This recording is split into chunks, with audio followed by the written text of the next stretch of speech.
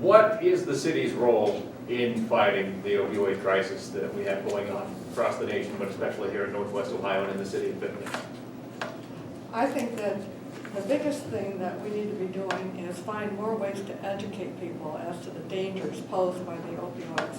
So many citizens, and I've noticed some letters to the editor that seem to have no comprehension of where these happen, why we have an epidemic.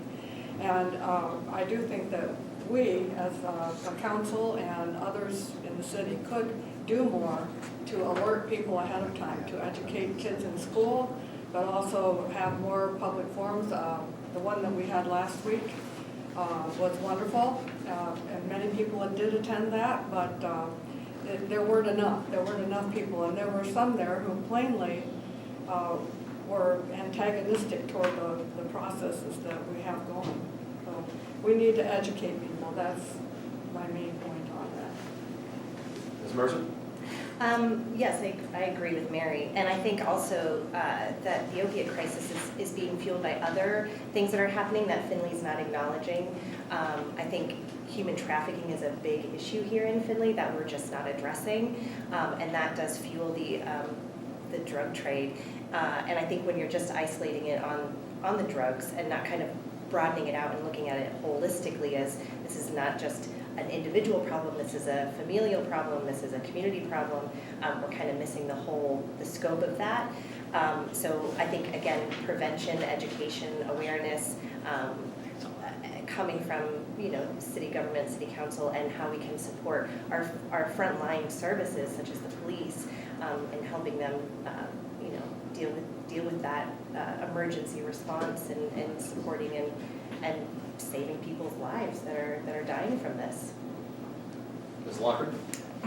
Yeah, I think, obviously the Findlay City Council is not going to be able to completely cure the heroin problem, but I think we can support some initiatives that are going on, and one of those is drug courts. I know that's not under the jurisdiction of council, but drug courts have worked very well. I just read a study that said after 6 months of drug court, there's a decrease in heroin use and criminal justice involvement, and a significant increase in stable housing. So I think that's something we can support. I think, as Heidi said, prevention activities, especially at an early age, maybe getting more of our law enforcement into the schools, not to be law enforcement, but to interact with the students and to mirror a positive lifestyle.